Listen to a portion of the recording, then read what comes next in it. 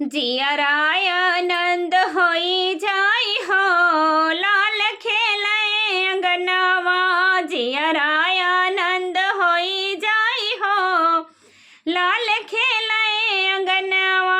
खेलै अंगनवा हो, खेलै अंगनवा। जियराय आनंद होई जाई हो, लाल खेले अंगनवा। जियराय आनंद होई जाई हो, लाल खेले अंगनवा।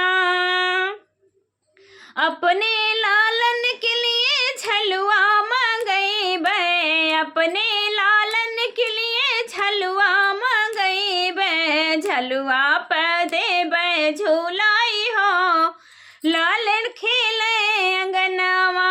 झलुआ पे देबै झूलाई हो, लाल खेले अंगनवा।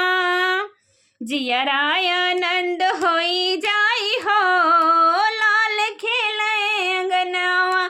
जियराय आनंद होई जाई हो, लाल खेले अंगनवा। जियराय आनंद होई जाई हो, लाल खेले अंगनवा।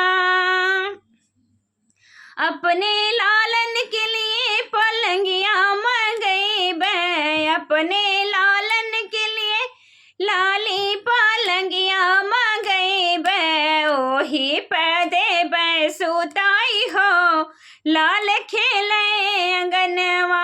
ओही पे देबै सुताई हो, लाल खेले अंगनवा।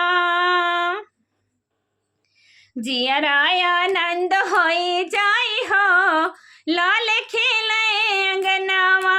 जियराय आनंद होई जाई हो, लाल खेले अंगनवा। जियराय आनंद होई जाई हो, लाल खेले अंगनवा।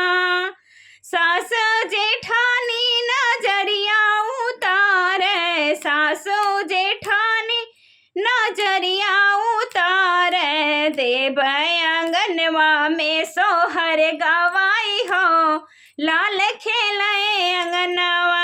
देबै अंगने में सोहर गवाई हो, लाल खेले अंगनवा। जियराय आनंद होई जाई हो, लाल खेले अंगनवा। जियराय आनंद होई जाई हो, लाल खेले अंगनवा। खेले अंगनवा हो, खेले अंगनवा।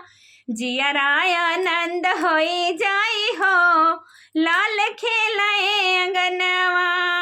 तो ये सोहर गीत आप सभी को कैसा लगा प्लीज़ कमेंट बॉक्स में ज़रूर बताइएगा, और अपना प्यार दुलार आशीर्वाद छोटी सिस्टर को भी दीजिएगा। आप सभी लोग से जय माता दी, हर हर महादेव, जय श्री कृष्णा, राधे राधे।